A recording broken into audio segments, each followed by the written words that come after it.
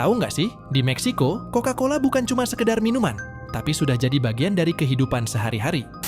Bahkan, konsumsi Coca-Cola per kapitanya termasuk yang tertinggi di dunia.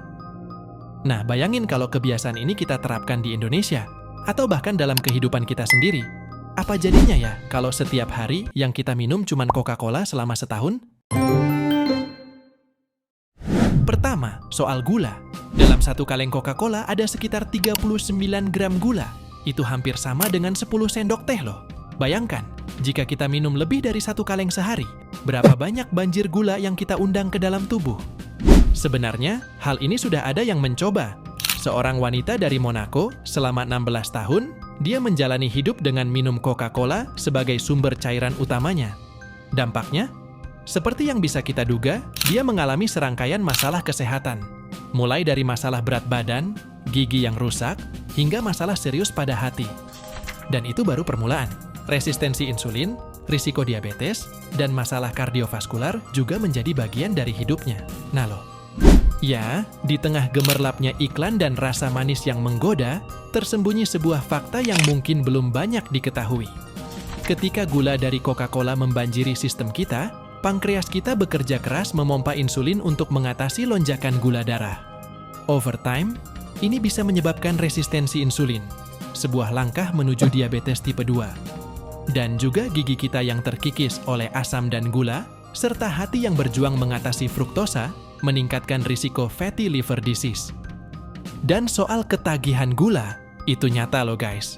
Otak kita bisa jadi tergantung pada high sesaat yang diberikan oleh gula.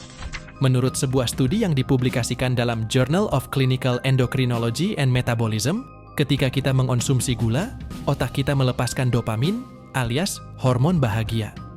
Tapi, seperti obat-obatan, semakin sering kita merasakan high ini, semakin kita membutuhkan dosis yang lebih tinggi untuk mencapai efek yang sama.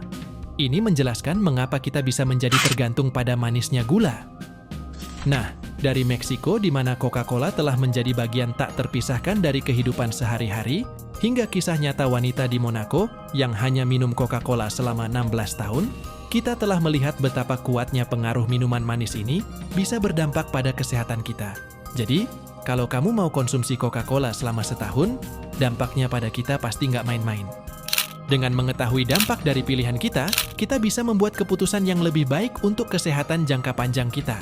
Dan selain aware soal gula, kita juga harus aware soal kesehatan keseluruhan kita untuk dapetin badan yang lebih segar dan bugar jangka panjang. Nah, kamu bisa konsumsi suplemen yang mantep banget nih. Contohnya dengan konsumsi Nuviton. Mari kita mulai tahun baru dengan kebiasaan baru yang lebih sehat, mengganti satu kaleng soda dengan satu gelas air. Terima kasih telah menonton. Jangan lupa untuk like, share, dan subscribe untuk lebih banyak konten yang membangun kesadaran dan inspirasi. Sampai jumpa di petualangan Apa Jadinya berikutnya.